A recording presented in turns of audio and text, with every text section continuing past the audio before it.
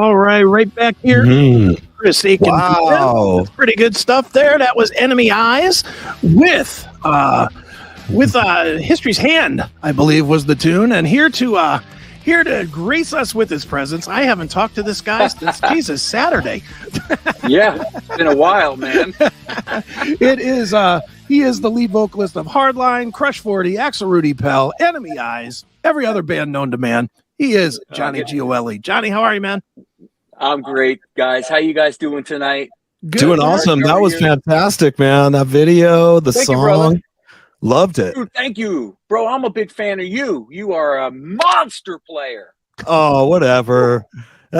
Serious. All right, can we stop fondling jewels now and get to business here? All right, sorry.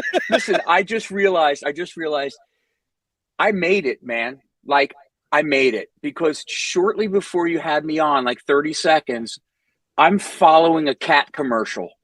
That's right. And I'm like, that's when you realize, fuck, I did it, man. I did it. It's cat. So I'm like right after the pussy cat. And here I am. So I'm glad to be here, you guys. What's going on? Thanks, man. Well, dude, it is definitely great to have you on, man. And it is thank you, bro. We will talk some Enemy Eyes here in a little bit. We'll get there, but it's sure. As I told you, and as Erik and I were talking, it's a different animal out there today. And you know, I'll start with the Metallica tour because that's what really has kind of, and maybe even Taylor Swift, obviously different kind of music, but those two tours have really sparked a lot of anger toward musicians because of the crazy costs of tickets. And I'm not going to try to defend either. I'm certainly not going to defend Metallica with $4,000 to $7,000 ticket packages. I think it's personally, I think that's robbery, you know, but that being said, I think people don't understand just what is truly going on out there right now.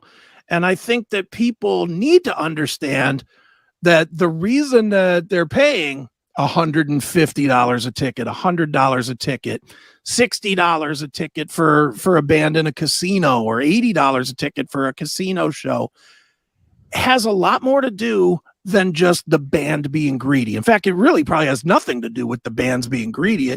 It has everything to do with y'all got to eat, you know, and I'll start with Erik, but then I'll bring you into this, Johnny, too. I want to get from the American touring side first. Erik, what are you seeing with Piercy, with Stephen Piercy, as far as the costs? Are they up? Are they? I'll throw an example. I know we have shows with Vince Neil that are going to be happening starting in January, and the flyers I'm seeing have tickets starting at $45. Dollars, which is really affordable, actually. Yeah. But that's I don't know. That's general admission.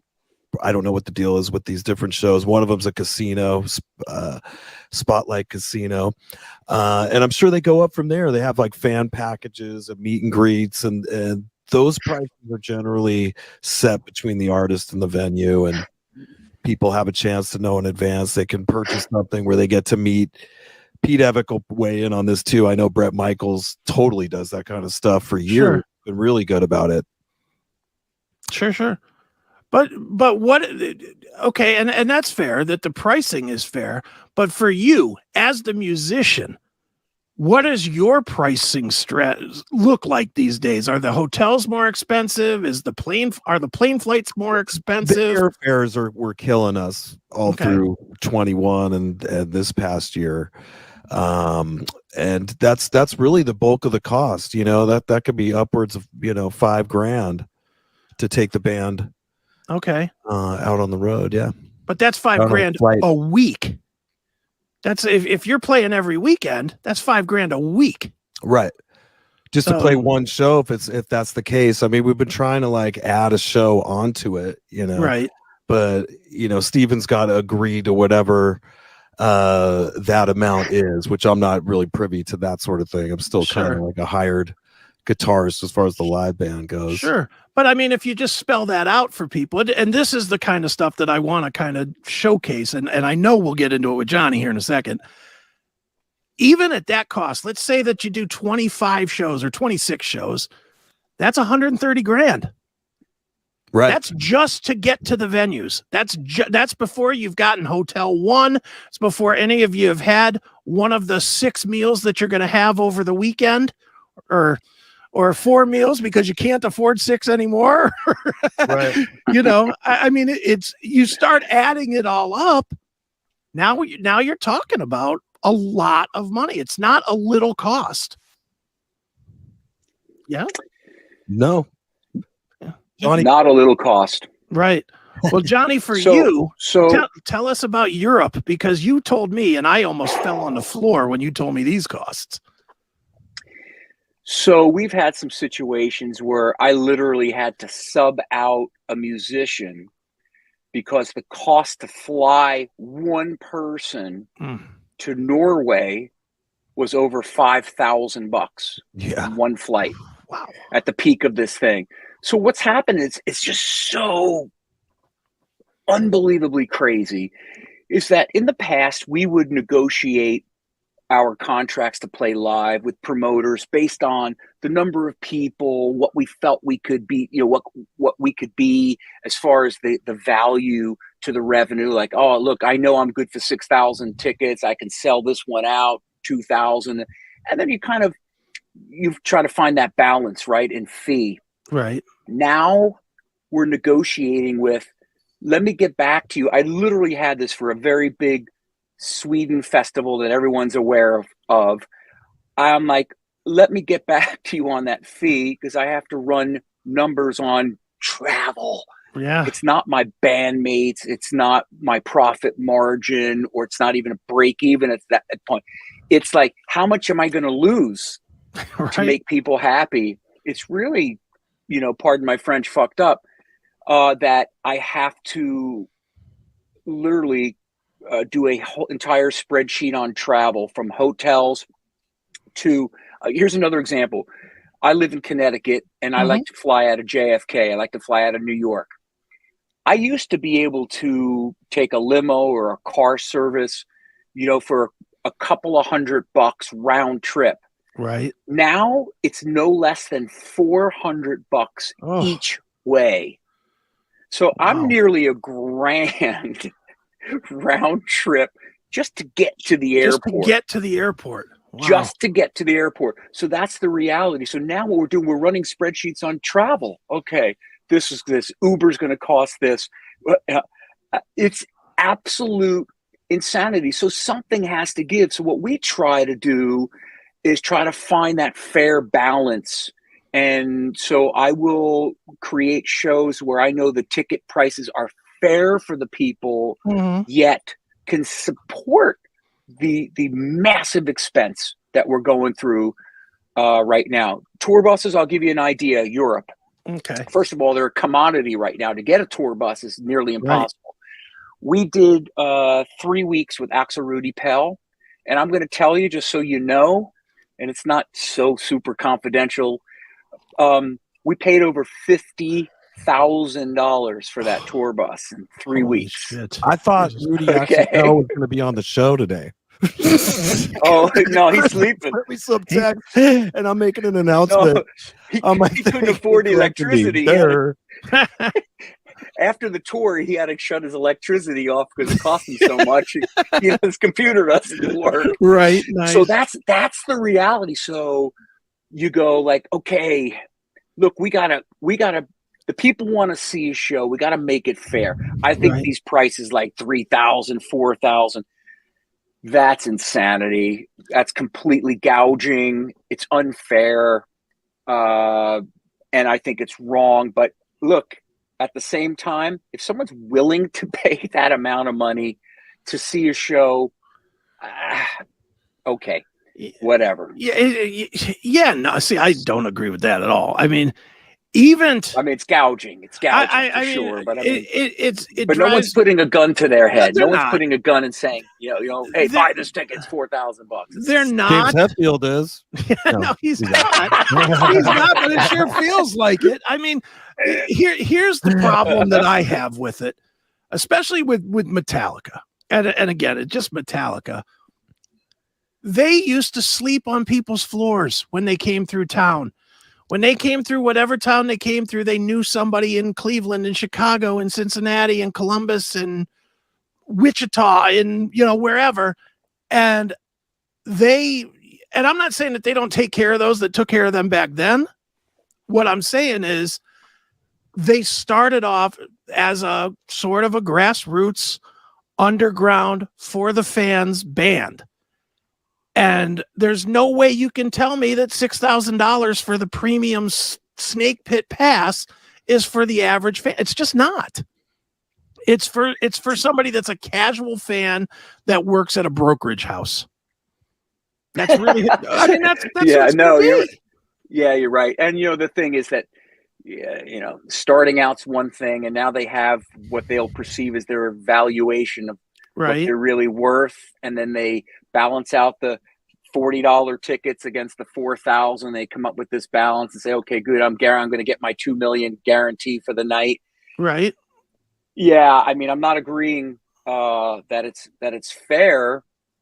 The point is that our costs, I can't speak for any other band, but myself and my bands, the costs are insane to travel. Sure. Right. And it is really impacting, how we tour. Let me just tell you, I have no problems going out. Look, I'm in the business to make people happy. Now, I've had an unbelievable career. As you know, 100 albums. I just finished 101. I've got millions of albums sold. I don't always play with profit in mind. Right. I'd like to break even. This would be nice. Sure. And let me tell you, it hasn't been that way. Wow. I've had to come out of pocket to make people happy, and I'm willing to do that as sort of my give back. But I can only sustain that so long, and so many bands that are not in my position cannot do that. And I see bands canceling left and right. It's not because they don't want to play. It's not because they're afraid of COVID. It's none of that bullshit. They can't afford it. Right. Can't afford to play. There isn't enough money. It doesn't make, it doesn't make vehicles too, like you're saying. I know with us, there's no vans. This whole past 2022, just here in the US, you cannot get an Econoline van anywhere. Like we end up having to rent 2 SUVs at each airport. So on top of the, $5,000 for plane tickets, so we got to drop another, probably $1,000 or more, in a rental of 2 vehicles for 3 days.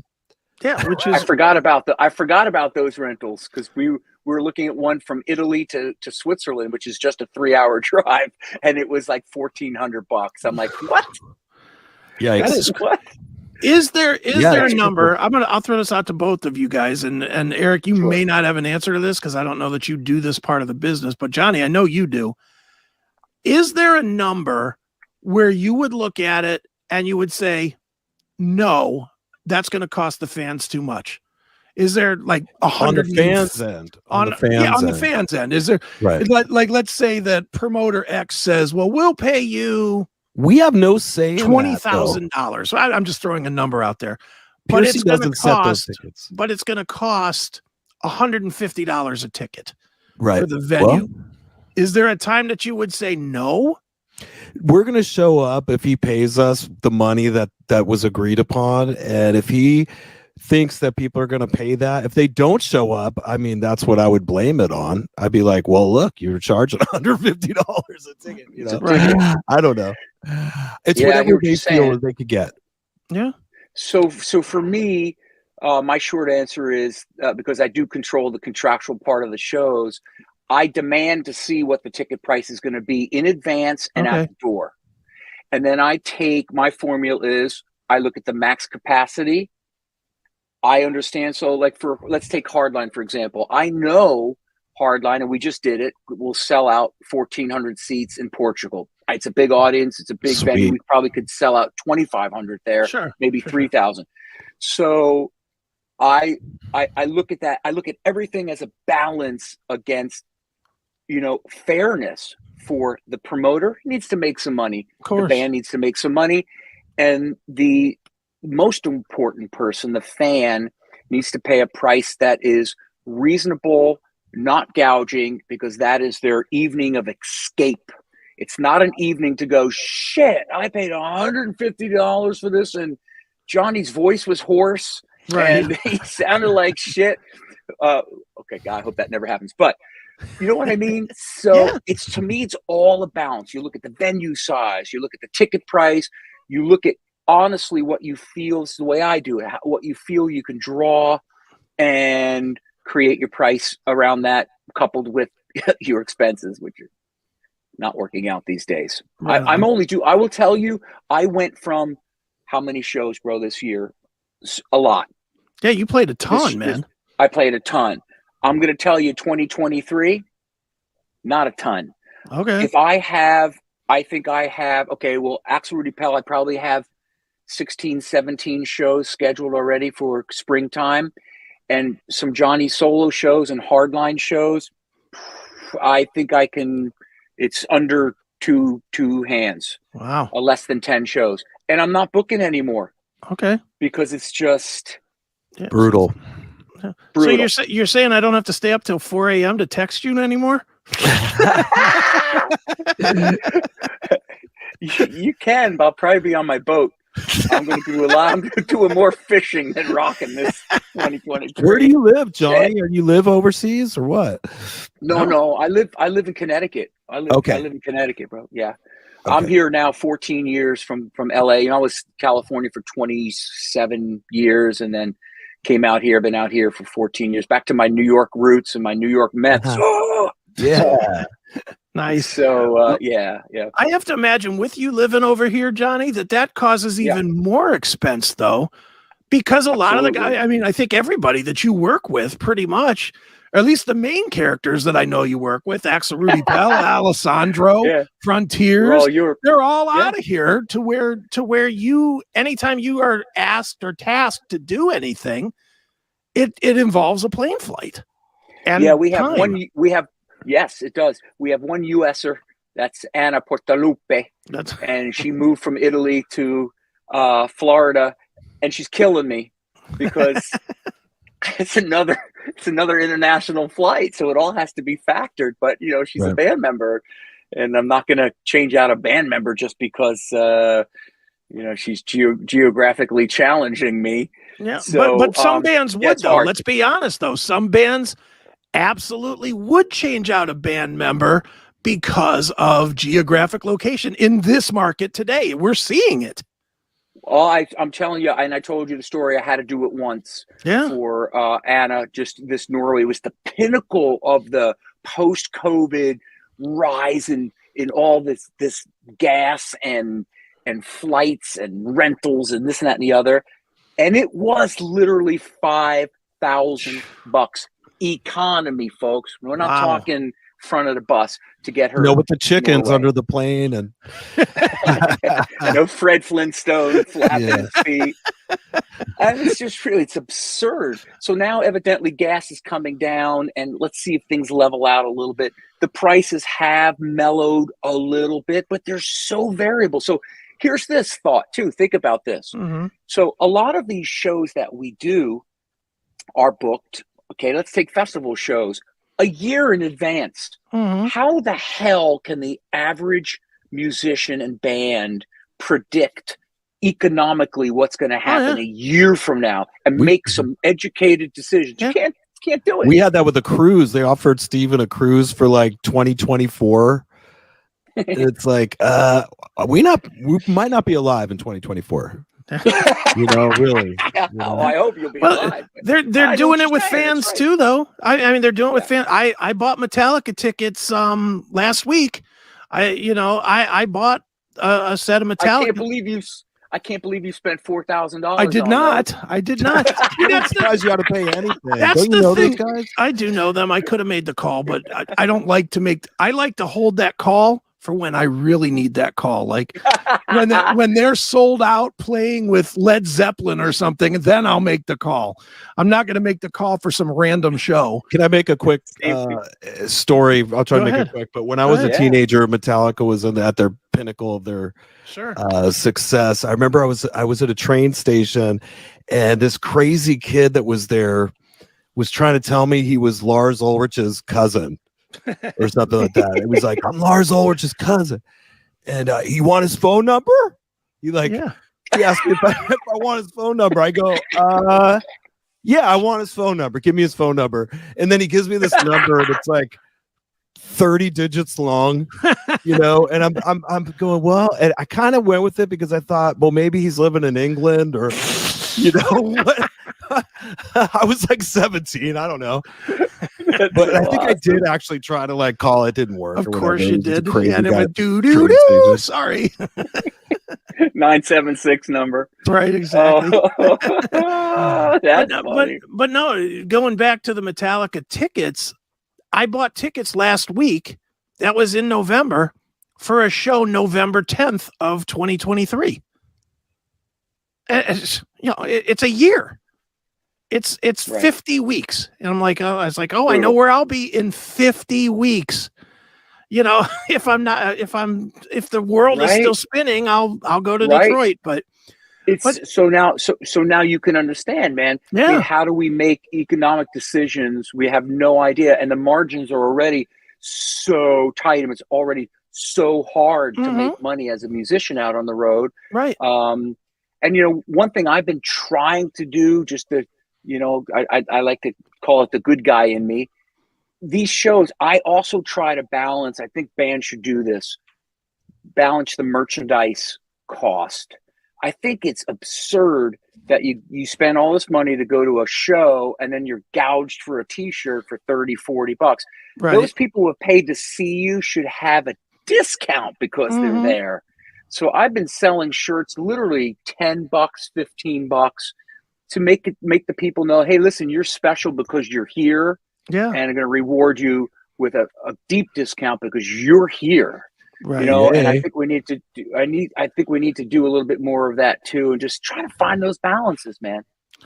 Yeah, you know, and I'm not seeing this as a habit, but I'll let you both chime in on this.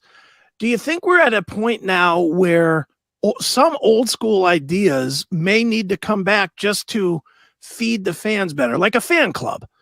You know, like you pay X amount of dollars a year, whatever it is, and you get bonuses from the bands that you really, really like, so that you don't have to get gouged.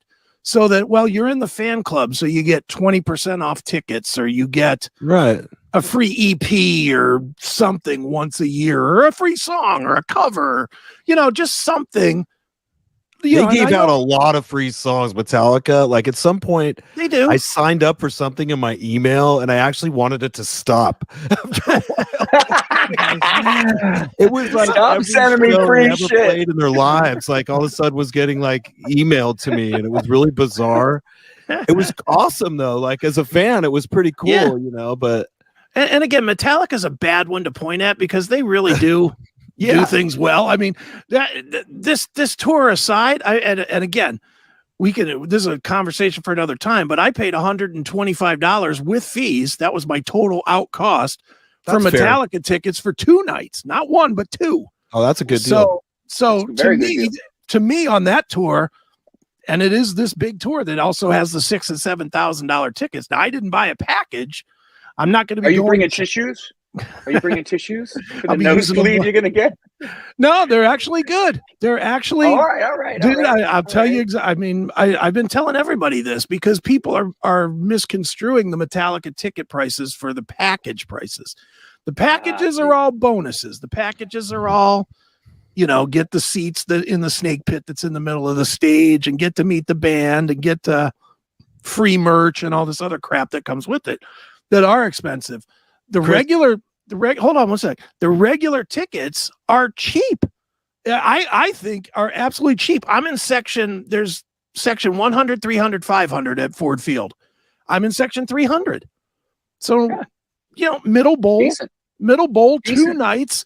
I get to see Metallica, Pantera, Five Finger Death Punch, Ice Nine Kills, and Wolfgang Van Halen for $125. That's fair. That's cheap. That's fair. That's cheap. Yeah. That's Go ahead, Eric. Oh, I was just going to say, Master Tickets are pulling your string. Exactly. Ticket Master is pulling my string. Yeah. Pulling something else, too. Yeah, no shit. God almighty. Well, Johnny, in addition to this crazy costs, you, of course, decide, well, fuck it. Let me launch a brand new band in the middle of all this craziness. Yeah, why not? So for people that have not seen your interview that I did earlier, like 2 months ago or whatever, tell us a little bit about Enemy Eyes and, how that's going and how we can help get it going even more.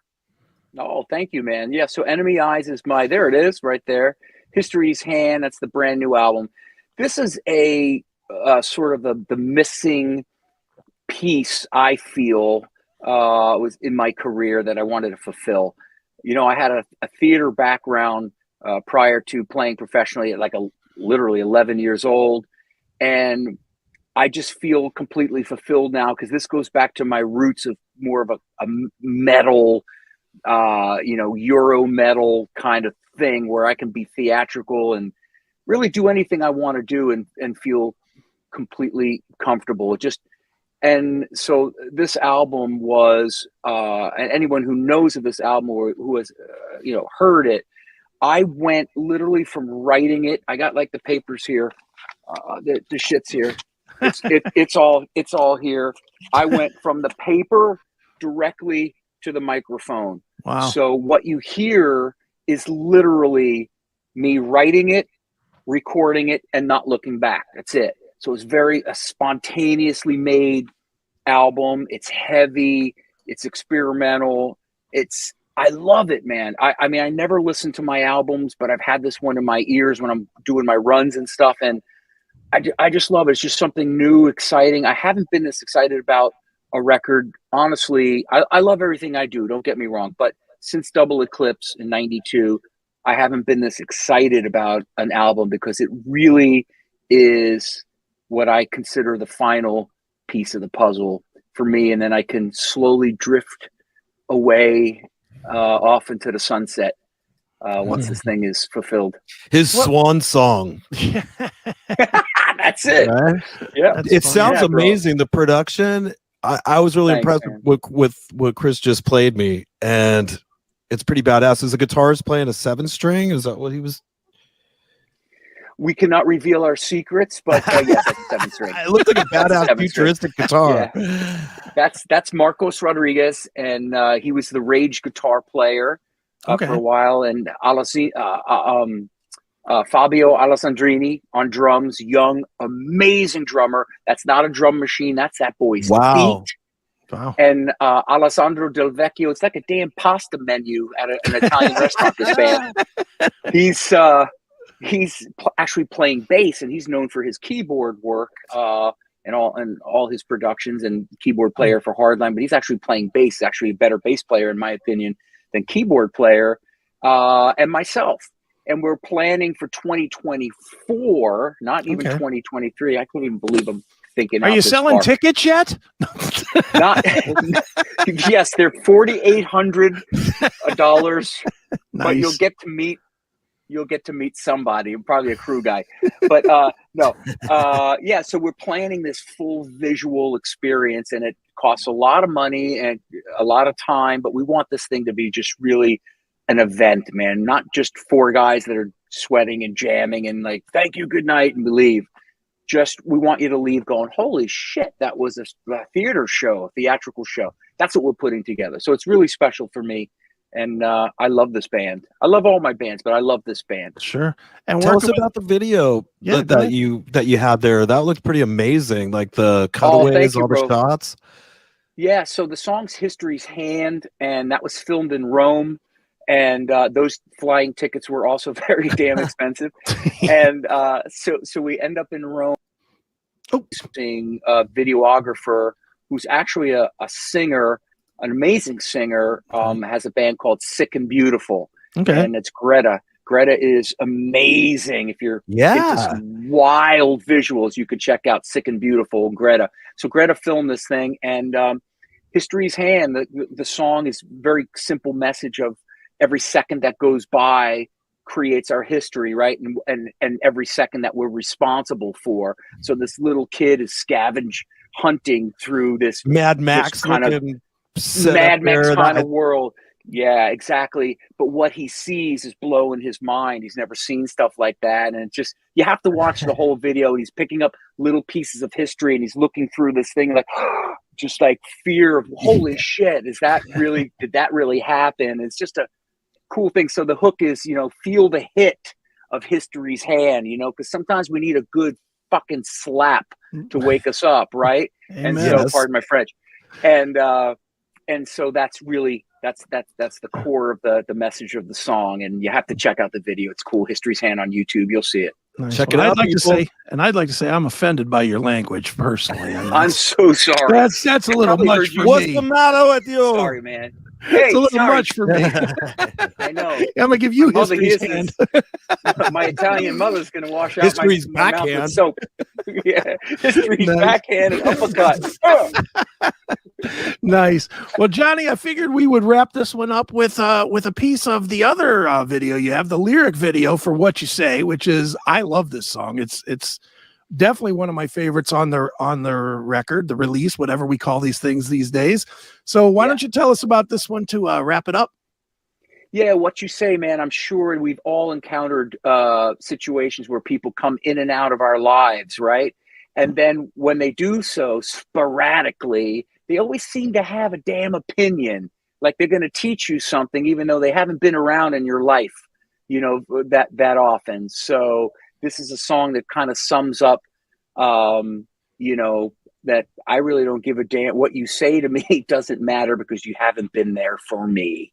Right on. So, and a lot of people can relate to that, unfortunately. Yeah, too many, unfortunately. Too many. All right, Johnny. Well, we'll play a little bit of this here in a second. Make sure you follow Johnny on all the socials. His main homepage is Google. That's google.com. And just look for Johnny Gioeli and you can find him. Yeah, just don't follow. Just don't follow me home, please. That's a little No, he's on all the socials. You can look him up for any of his bands: Hardline, Crush 40, Axel Rudi Pell, Enemy Eyes, Johnny Gioeli solo, Gioeli Castronovo. I mean, there's a zillion records out there of Mr. Johnny Gioeli. So, Johnny, always fun talking to you. I'm sure I'll talk to you probably during the week. And Sure, here it is. Here's some Enemy Eyes with What You Say right here on Chris Akin Presents.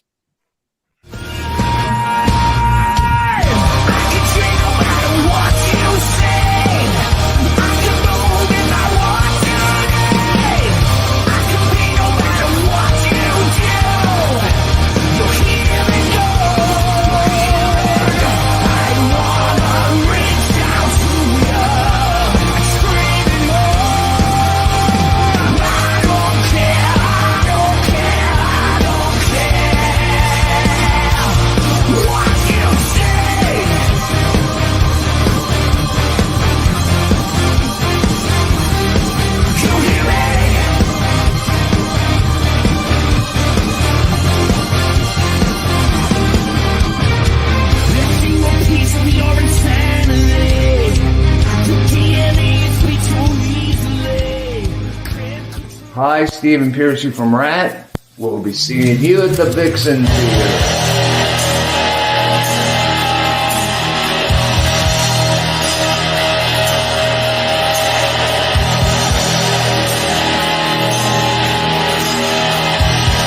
Are you ready to rat and roll?